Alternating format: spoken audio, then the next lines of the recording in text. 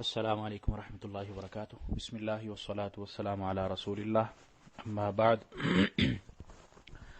ریاض الصالحین کی آج حدیث نمبر 73 ہے،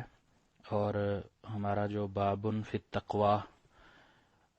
ریاض الصالحین کا چھٹا باب جو چل رہا تھا، اس کی آج آخری حدیث ہے الحمدللہ، یعنی ہمارے 6 باب مکمل ہو جائیں گے۔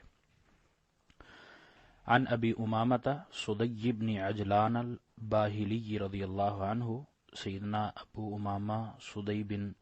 عجلان الباہلی یا باہلی رضی اللہ عنہ کہتے ہیں، کہتے ہیں سمعت رسول اللہ صلی اللہ علیہ وسلم، کہ میں نے رسول اللہ صلی اللہ علیہ وسلم سے سنا، یخطب فی حجۃ الوداع، جب آپ علیہ الصلوۃ والسلام سنا تو آپ خطبہ حجۃ الوداع یعنی حج کا خطبہ ارشاد فرما رہے تھے۔ فقالا، کہتے تھے،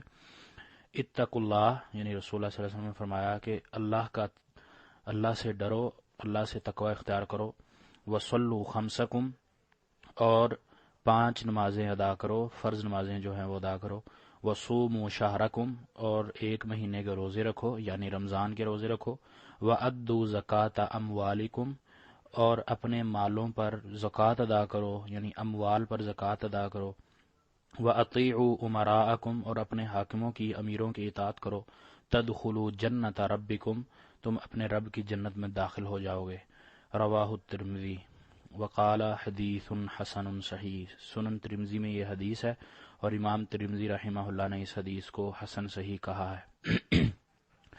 رسول اللہ صلی اللہ علیہ وسلم کی اس حدیث میں بھی تقوی اختیار کرنے کا ہمیں حکم دیا جا رہا ہے۔ خطبہ حجۃ الوداع، وہ حج جو نبی علیہ الصلوۃ والسلام نے اپنی زندگی کا ایک حج کیا اور وہ آخری ہی ثابت ہوا،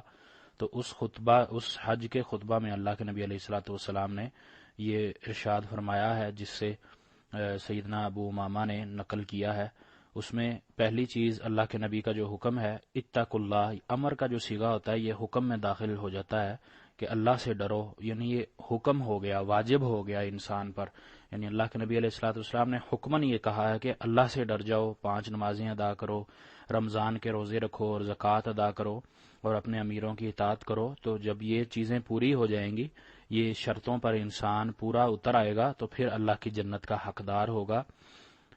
اب ان سب چیزوں کا طریقہ کار کیا ہے، وہ اللہ کے نبی علیہ الصلوۃ والسلام کی دیگر احادیث سے ملتا ہے، آپ کی عملی زندگی سے ملتا ہے۔ تو ان چیزوں سے ہم نے سیکھنا ہے کہ کس طرح اللہ سے ڈرنا ہے، کس طرح نماز ادا کرنی ہے، کس طرح زکوٰۃ ادا کرنی ہے، اور کس طرح رمضان کے روزے رکھنے ہیں، یہ تمام چیزیں، اور کس طرح عمراء اور حاکموں کی اطاعت کرنی ہے، یہ اللہ کے نبی صلی اللہ علیہ وسلم کی دیگر احادیث میں ہمیں تفصیلاً ملتا ہے۔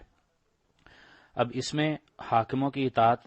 اس چیز میں اطاعت کی جائے گی، وہ حاکم ہے یا گھر کا سرپرست ہے، مثلا والد ہے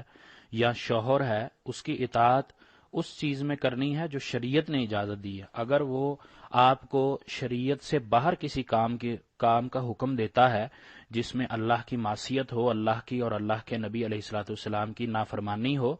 یا ایسی چیز جو کفر ہو، تو اس میں اطاعت نہیں ہے۔ یعنی اطاعت، بندوں کی اطاعت کا جو اصول اللہ کے نبی علیہ الصلوۃ والسلام نے فرمایا ہے، وہ یہ کہ جس میں اللہ کی اطاعت ہو اس چیز میں بندے کا حکم چلے گا، بندے کی اطاعت چلے گی۔ اگر وہ اس کی ایسی اطاعت کرنے کے لیے وہ کہتا ہے جو اللہ کے نبی اور اللہ تعالیٰ کی تعلیمات کے برخلاف ہے، تو اس میں اطاعت نہیں ہے، اس میں اطاعت ضروری نہیں ہوگی۔ پھر انسان کی استطاعت کے مطابق وہ جس طرح اس سے انکار کر سکتا ہے وہ کرے۔ اسی طرح اللہ کے نبی علیہ الصلوۃ والسلام نے اور امام صاحب نے اس باب میں یہ جو آخری حدیث نقل کی، اس میں مین چیز یہی ہے کہ اللہ سے ڈرو، اللہ کا تقوی اختیار کرو۔ جب اللہ سے انسان تقوی اختیار کر لیتا ہے، اور اس حدیث میں بھی جو پہلا لفظ، پہلا حکم جو ہے وہ بھی اتقوا اللہ ہے، اللہ سے ڈرنے کا۔ اس کے بعد آگے احکامات ہیں، اگلی چیزیں بعد میں بتلائی گئی ہیں، کیونکہ جب انسان کے دل میں اللہ کا ڈر بیٹھ جائے گا، اللہ سے خوف، اللہ کے سامنے کھڑے ہونے کا خوف، اللہ سے جواب دہی دینے کا خوف، جب یہ انسان کے دل میں آ جائے گا، تو پھر اب وہ جو بھی عبادات کرے گا وہ سنت مطہرہ پر ہوں گی اور اللہ کی اطاعت کے لیے ہوں گی۔ ان میں پھر دیگر چیزیں، ریاکاری اور دکھلاوا، یہ سب چیزیں نکل جائیں گی، اور اسی طرح سنت سے ہٹ کر کوئی عمل وہ بھی نکل جائے گا۔ اسی لیے اس کو سب سے پہلے اختیار کرنے کا حکم دیا ہے۔ اللہ تعالیٰ سے دعا ہے کہ اللہ تعالیٰ ہمیں صحیح سمجھ کر عمل کرنے کی توفیق عطا فرمائے، اور ہمیں اپنے متقی پرہیزگار لوگوں میں شامل فرما لے۔ وما توفیقی الا باللہ، علیہ توکلت و الیہ انیب۔